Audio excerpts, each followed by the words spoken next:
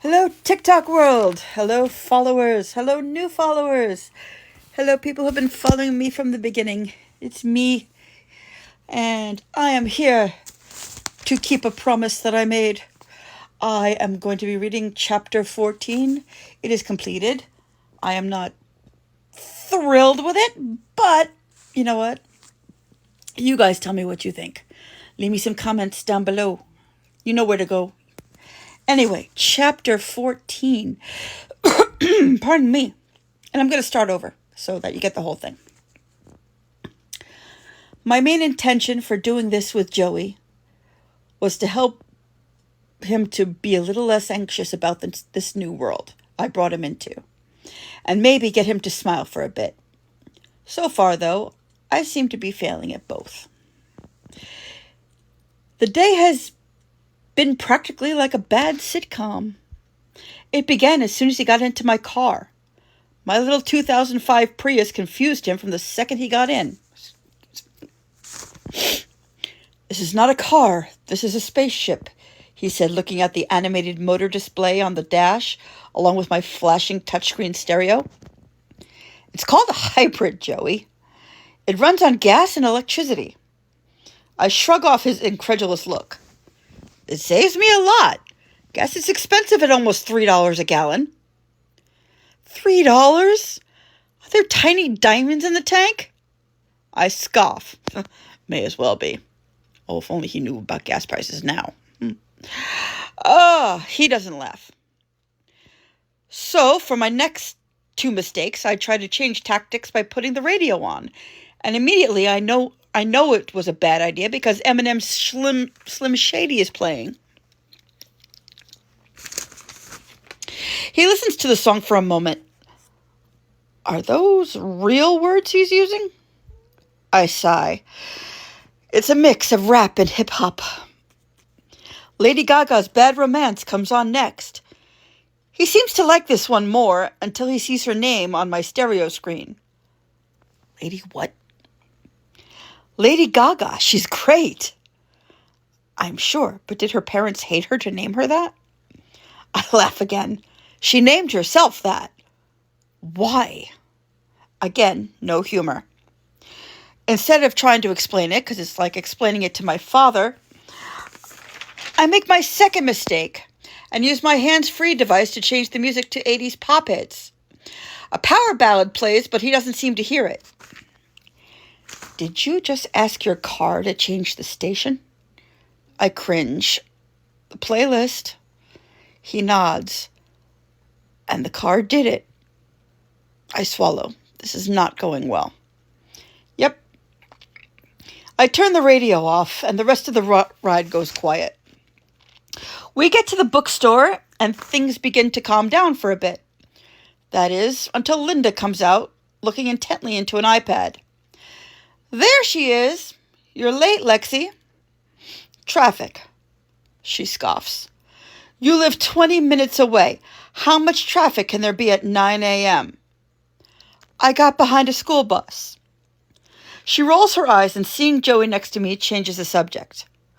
Well, hello. Who might this tall, wide-eyed cutie be? I came to a mental conclusion a while ago that if Linda were to meet Joey, she would have me committed if I tried to tell her who he really was and how he got here. So I decided to do the next best thing. Lie. Oh, Linda, this is... My improv skills are insanely bad. Luckily, Joey's is better, and he seems to understand the problem. Jerry Stark, nice to meet you. He extends his hand as I breathe what I hope is an inaudible sigh of relief. She takes his hand with a curious look. Have we met? You look so familiar. No, I think I'd remember a lovely lady such as yourself. She laughs. Charming. There are those who would say I'm a prince. Before things got out of hand, I take my turn. Jerry is my cousin. He's thinking about moving here, and I'm showing him around. Well, she says in her flirtiest voice, maybe I can help. Joey starts to look nervous. Maybe later. Jerry, why don't I take you into my office? You can relax while I talk to Linda for a minute. I usher him into my office with Linda watching us. She seems nice. I try to ignore that. I'll be right back. Try not to touch anything. Don't worry. I don't want to touch anything. Shutting the door behind me and trying to plan my next move proves hard. Linda doesn't quit. So, your cousin. No, Linda. What? You know what? She laughs. Oh, come on. I'm just being friendly. He comes from, I pause, thinking, very far away. He's not used to this kind of living. A country boy? Oh, finally an opening. Yes, from a very small place. How small? Some would call it almost non-existent, almost like purgatory. Her expression changes to something resembling pity. Joey has lived a very secluded life for a long time. So I'm trying to get him used to a faster, more updated version. Jerry. What? Jerry. You called him Joey. I go wide-eyed. Are you okay, Alexia? Yeah, I was daydreaming a little on the way here. Things have been so stressful since Jerry got here. My recovery seems to work. You and Peter fighting again? Don't we always? Now it's just, we have an audience.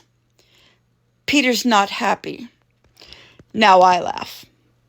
That's an understatement. She sighs. Okay, Alexia, I'll be good and legitimately helpful. Thank you.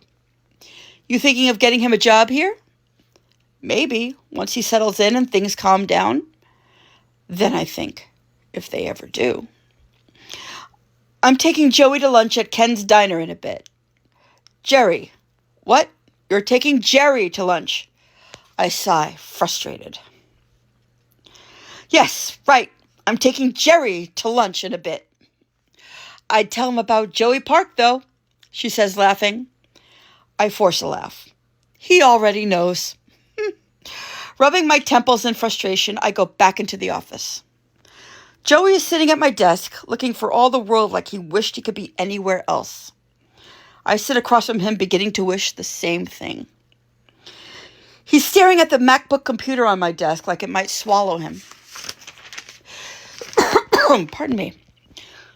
I've lost my life, my career, everyone I ever knew, and everything I've ever known, including time.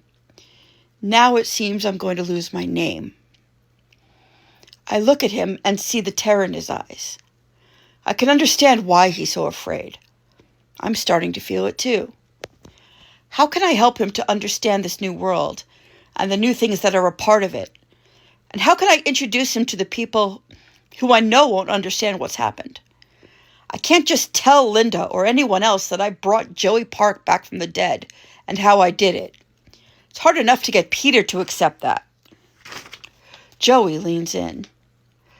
Alexia, I'm alone in this place, and I'm more scared than I ever was in the dark world.